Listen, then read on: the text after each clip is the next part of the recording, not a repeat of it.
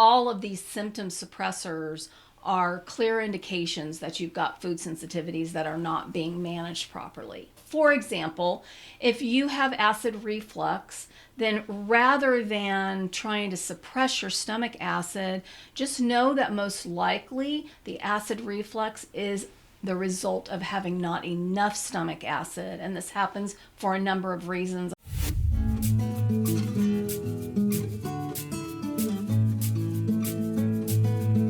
Welcome to the Let's Talk Toxins show.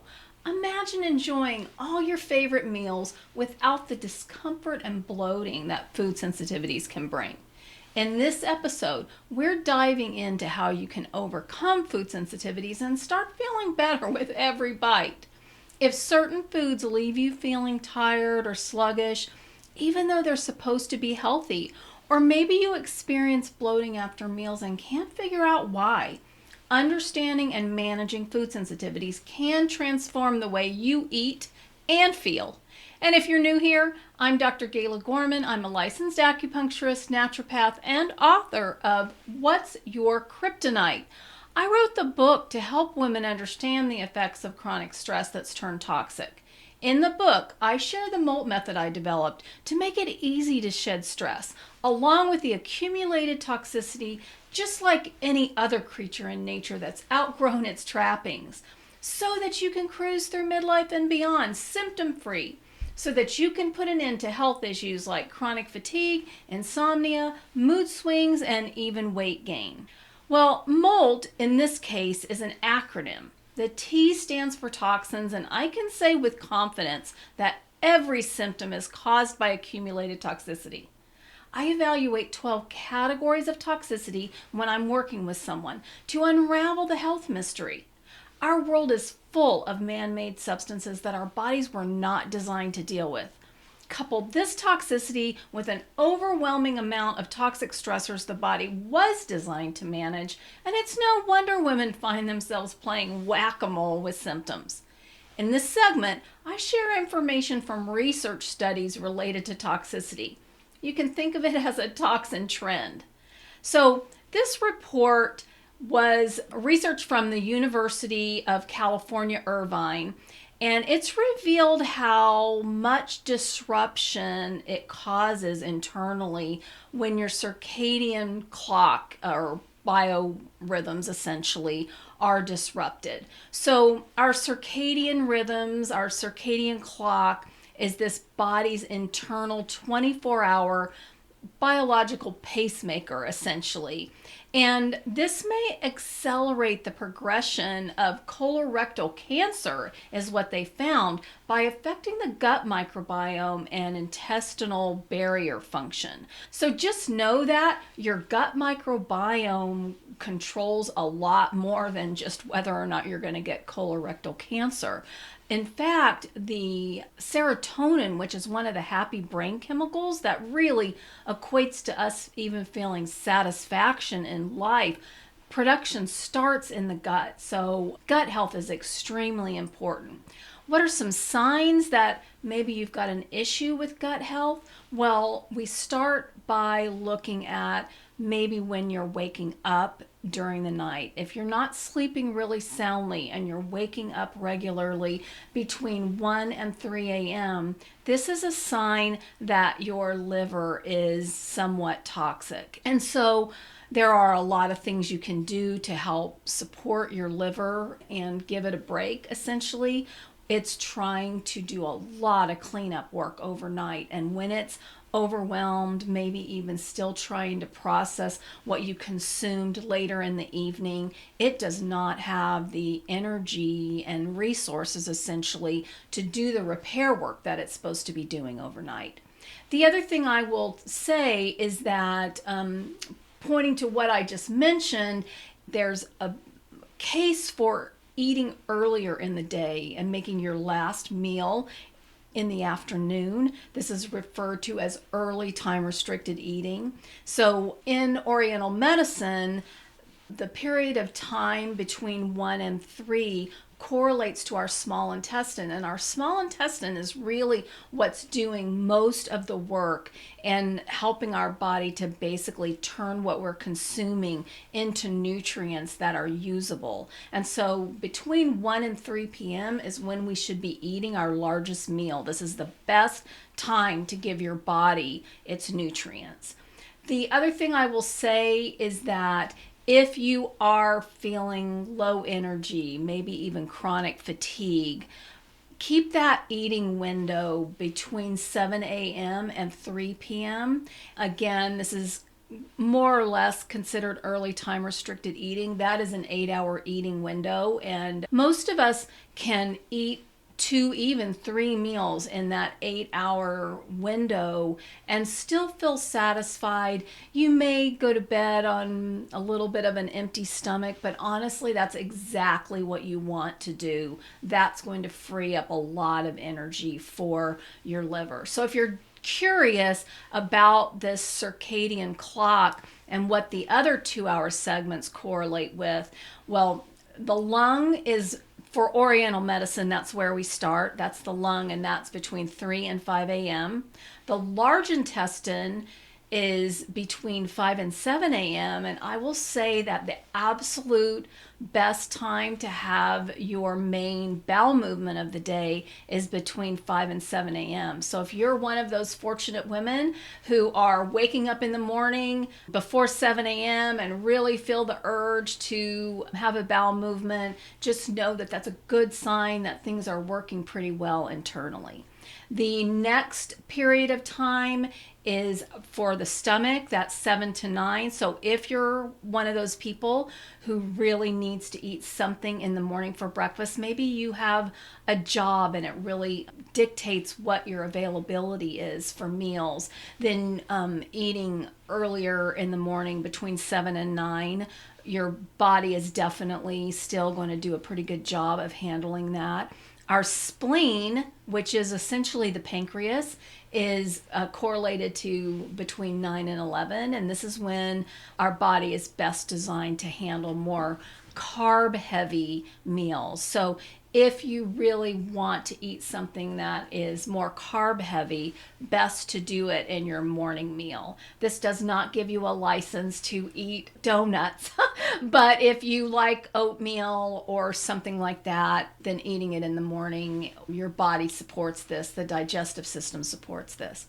Next, our heart is from 11 to 1, and our small intestine is from 1 to 3. And then there are a couple of organs, 3 to 5 and 5 to 7. That is kidney and bladder. And then a couple of more organs that are really more or less just unique to Oriental medicine. And that is the pericardium and what's known as the Sanjiao or triple warmer. And then the gallbladder is from 11 p.m. to 1 a.m. and the liver is from 1 a.m. to 3 a.m. So that takes us all the way through the 24-hour circadian clock. And just know that if you're having issues repeatedly during a certain window of time, that can be a sign that you've got some issue related to that system. So remember, these are not necessarily organs, these are systems in our body. In Oriental medicine, each one of these represents a whole system internally. And so as we're trying to get to the root cause of what's really going on and what's creating symptoms for us, we're looking at all these different signs and clues and biomarkers so that we can unravel the mystery and really address the root cause, reverse the chronic disease and the underlying stress that's causing it. Chapter 12 in my book, What's Your Kryptonite, is dedicated to helping readers manage what I refer to as tricky toxins. Our bodies are bombarded with toxicity, so we have to learn to manage it. Just comment tricky toxins and we'll send you a link where you can download the chapter for free. If commenting isn't convenient, go to drgala.com/links and sign up for my newsletter. You can respond to any email you receive from me with tricky toxins and we'll send you a link. Well, Every suggestion you'll hear from me has been tested in the trenches, and that includes saying no to symptom suppression. Over the past 4 decades, I've developed processes that work sustainably. Typically, it requires a combination of approaches that I've synthesized to address the health issues that show up repeatedly for many women. In this segment, I'm opening the kimono to share how I was challenged to apply my suggestions. I'm walking my talk, and here's an example. So I had really let clutter accumulate in the last few years. I guess it started around 5 years ago when all the craziness started. Can you believe it's almost been 5 years, 4.5 years at this point? So that's just mind blowing, really. But clutter had really accumulated, and I kept thinking that something miraculous would happen, I guess, to solve the problem. But I kept kicking the can down the road, and every time I thought about it, I just thought, that just does not sound like fun. If you follow the law of attraction, you know that you really shouldn't do something if you feel just really bad about it. So I had to really soothe myself and really coax myself into accepting that even though it might be a little challenging to get the process started, I was going to feel so much better as I started to peel through some of this accumulated clutter. And it's been really fascinating because I've gotten through several areas now at this point, and they're not 100% done because there's obviously residual work that needs to be done. But every time I walk into those rooms, it just brings a smile to my face.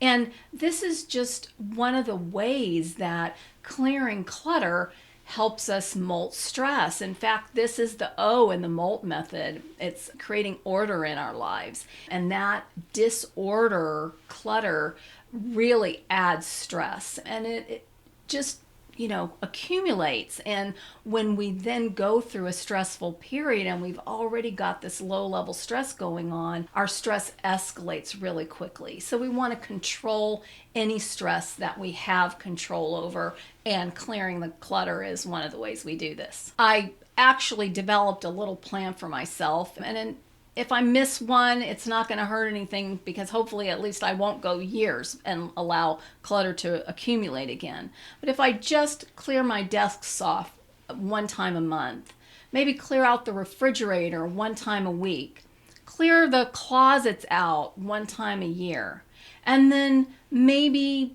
really go over the to-do list. If you can, maintain a to-do list daily and really refresh it every day. If you plan for what you're going to get done the next day, you're going to feel so much better. You're going to get much more done, be way more productive, and more importantly, you're going to feel productive, and that is going to really lift your mood, and everything in your life is going to work better. Now, let's talk about how to overcome food sensitivities. And when I'm done, drop a comment and let me know if you've overcome food sensitivities and what strategy works for you. So to start with, let's talk about the ways that we suppress symptoms that are actually related to food sensitivities. So one of the things I hear regularly is that people have been told to use digestive enzymes. And so there may be occasions where digestive enzymes are called for. For example, if you have acid reflux, then rather than trying to suppress your stomach acid, just know that most likely the acid reflux is the result of having not enough stomach acid. And this happens for a number of reasons. I've got another video that does a better job of explaining it in detail. But if you need to use hydrochloric acid or digestive enzymes in the short term to help rebuild your stomach acid and heal your digestive tract, then there's nothing wrong with that. But what you don't want to do is turn to digestive enzymes long term so that you can keep eating things that don't agree with you. That's just a recipe for disaster in the long term. The other things we see are people turning to medications like omeprazole, or ending up with type 2 diabetes and being insulin dependent. So all of these symptom suppressors are clear indications that you've got food sensitivities that are not being managed properly. So I spoke for a minute ago about low stomach acid, and a lot of people will find this surprising and don't really understand how could that be possible.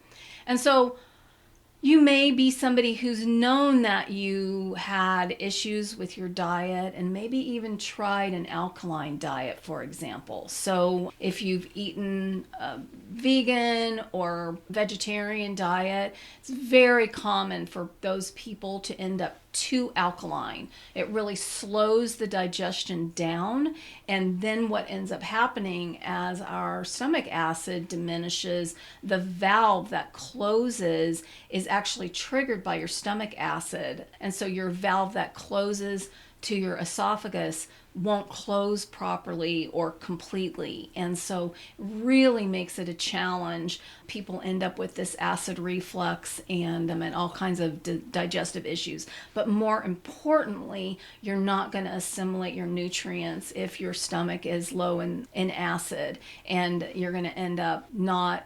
Your small intestine does the separating, but that's typically after your stomach has broken things down appropriately. And so if things are getting into your small intestine that haven't been broken down properly because of low stomach acid, then you can imagine the problem that creates all the way down the digestive tract.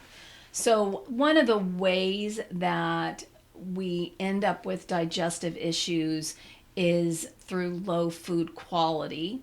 And so sometimes it's the type of food, and there's just no two ways around it. So you might use yeast, for example. So if you consume foods with too much yeast in them, your body will develop a yeast overgrowth. And it doesn't really matter too much whether that's better yeast or worse yeast. Yeast is yeast, and your body really can only manage so much of it. And so that's one example, but more often we see these chemicals that are introduced into our food supply. So for example, if you think that you're going to avoid gluten, then you need to make sure that the gluten or the wheat that you're consuming is organic, because if it's not organic, it may be sprayed with chemicals like glyphosate. And so if you are trying to avoid chemicals, which you should be, then glyphosate is one of those chemicals, forever chemicals, that are really, really challenging to pull out of your system once they accumulate. The other thing I will say is that there are some reports that even organic grains are sprayed with glyphosate to preserve them as they move through the food chain. And so that's really concerning, and you just want to make sure that you're using really high quality ingredients and that you know where they are coming from. The other thing too I will say is that a lot of these low quality foods are simply not satisfying. They fill you up, but they really don't bring any satisfaction. That's when you find yourself rummaging around in the pantry or the refrigerator an hour or two after you eat. You should feel satisfied for 4 to 6 hours after eating. If that's not happening, then the quality of food you're eating is really just not getting the job done. So I will also say that do not recommend that you never treat yourself. Having little treats is just one of the ways that we bring ourselves joy. And so if you really crave something sweet, have something really high quality that you really, really enjoy. So for example, if you really love ice cream, don't eat fake no sugar ice cream. Get the real thing, really, high quality gelato or something like that, and really enjoy it. You'll find that that's satisfying, and then you won't need it again in another hour or two. I have a couple of things I still want to share with you so that you can overcome food sensitivities. But remember, you can get the Tricky Toxins chapter of my book, What's Your Kryptonite, for free. Just comment Tricky Toxins and we'll send you a link where you can download the chapter. If commenting isn't convenient, go to drgala.com/links and sign up for my Wellness Weekly newsletter. You can respond to any email you receive from me with tricky toxins, and we'll send you a link. Now let's continue with a couple of additional things I want you to know about overcoming food sensitivities. And don't forget, when I'm done, drop a comment and let me know how you deal with food sensitivities. So the next thing I want to talk about here is genetics. So our immune system is developed actually in utero when we're still an unborn fetus, essentially. And it's fascinating. They now really are making the connection between using antibiotics early in life, like in infancy, and how much damage that does to our immune system. Really creates lifelong damage that's very hard to reverse. Something that I know for myself, I was on antibiotics nonstop when I was an infant, and it has definitely contributed to my digestive issues that I work hard to manage every day. And so if you're one of those people, just know you're not alone. Sometimes when we have a compromised immune system, this leads to more food sensitivities than the average person. But just know that stress also reduces your tolerance. So when you are stressed, your immune system is taken offline, and then any other issues that you are able to manage fairly easily will all of a sudden seem to escalate. And so it really isn't all of a sudden that they escalated. It's that you were dealing with this low level of constant stress, constant internal stress from these food sensitivities, but then you added additional stress from some source, potentially even emotional stress, maybe busy time at work or something else in your life. And then that stress basically was more than your body could manage simultaneously. So how do we reverse food sensitivities? Well, you might start by thinking about it like you would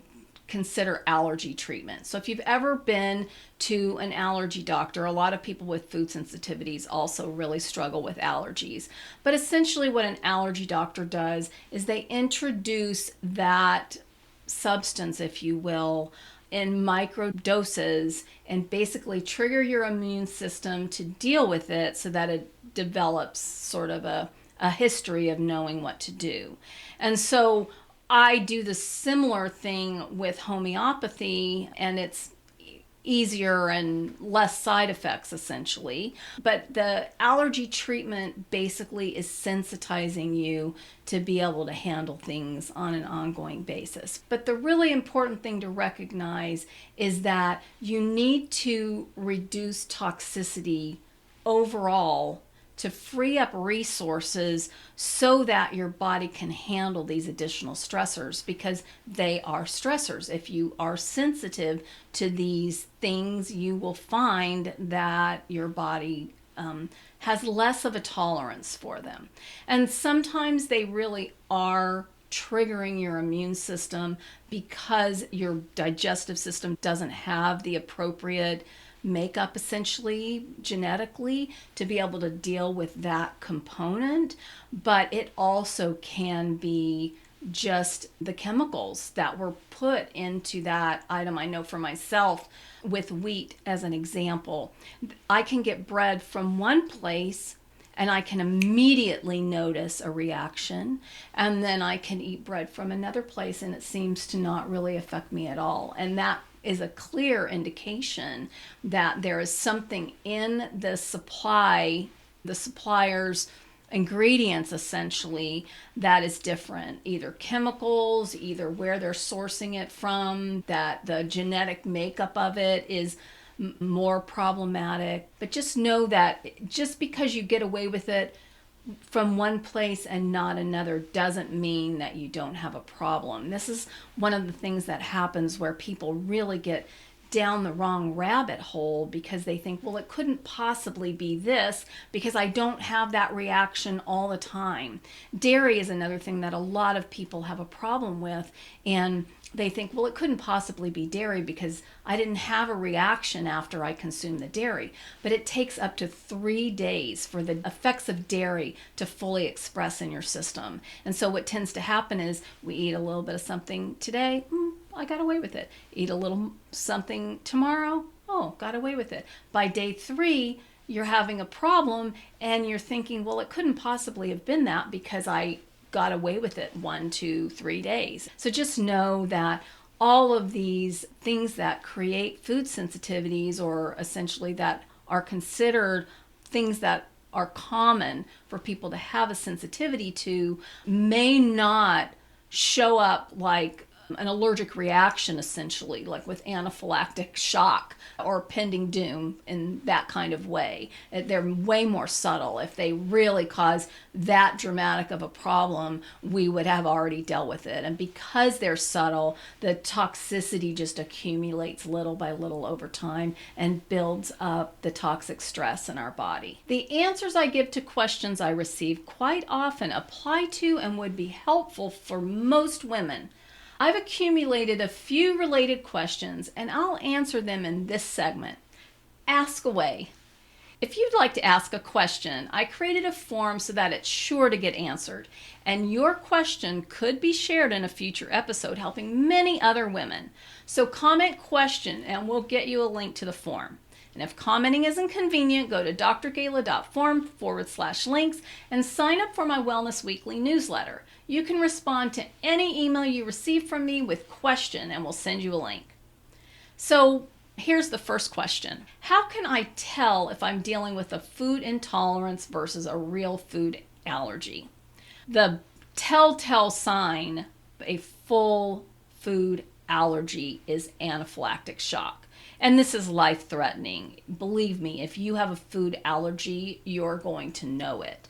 The symptoms that we see accumulate from food sensitivities often seem unrelated. So really, it's difficult to pinpoint that these are food sensitivities unless you have somebody like me encouraging you to just try to eliminate them and see if you don't feel better and have surprising improvement. You will also find that you react differently, potentially even to something that you've actually got a full-blown allergy to.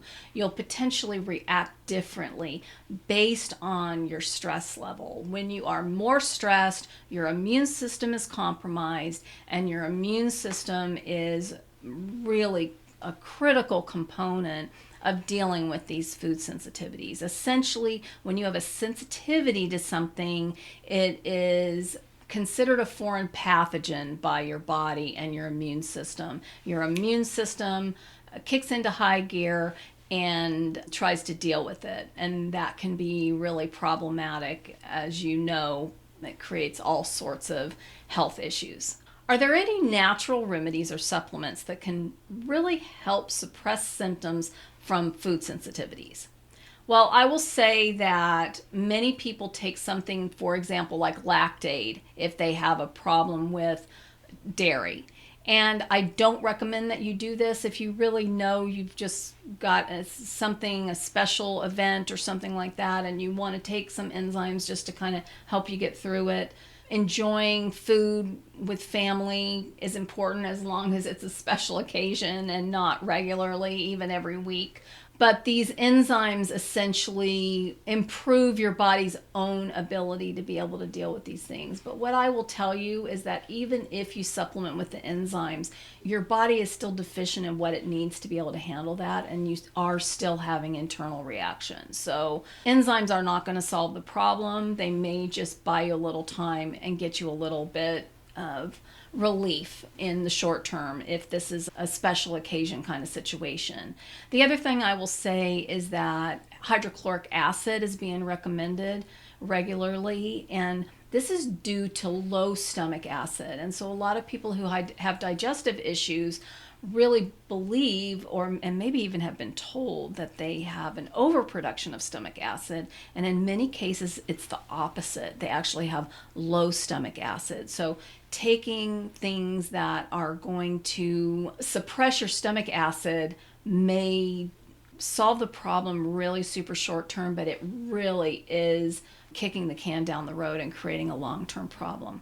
Hydrochloric acid can be helpful to supplement with in the short term if you've got an issue that you know you need to sort of get your stomach acid back to appropriate levels. It can be helpful to use it in the short term. And I don't have a problem generally with supplementing with anything short term when we've got a known deficiency and we know what we're doing. We know what we're addressing, and we're not using it as a way to suppress symptoms so that we can continue to add toxic stress into our bodies. Another thing too that some people will take is probiotics.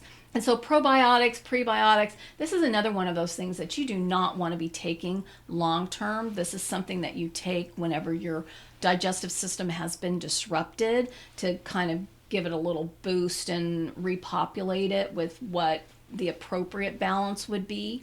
But if you take these things long term, you're going to end up with an overgrowth potentially in the wrong direction. And so nothing should be taken long term. I never recommend taking a supplement long term. What are the risks of relying on symptom suppressors for my food sensitivities? Well, you know that whatever these symptom suppressors are that you're taking, for example, digestive enzymes, even medication, omeprazole, any sort of pain relievers, even if you're taking something that actually is a pain reliever, all of these things are basically just allowing you to fool yourself that you are getting away with it. And the truth is that you are 100% not getting away with it, and you're causing a lot of internal damage, and that damage is accumulating. The way I describe it is that you are creating dis-ease, and dis-ease escalates to disease. And so we do not want to hang out in a state of dis-ease for an extended period of time, and that's what symptom suppressors allow you to do. So you really just want to avoid suppressing symptoms. It's not a strategy that is going to get you where you want to go long term. If I'm using symptom suppressors regularly, how can I still identify my actual food triggers?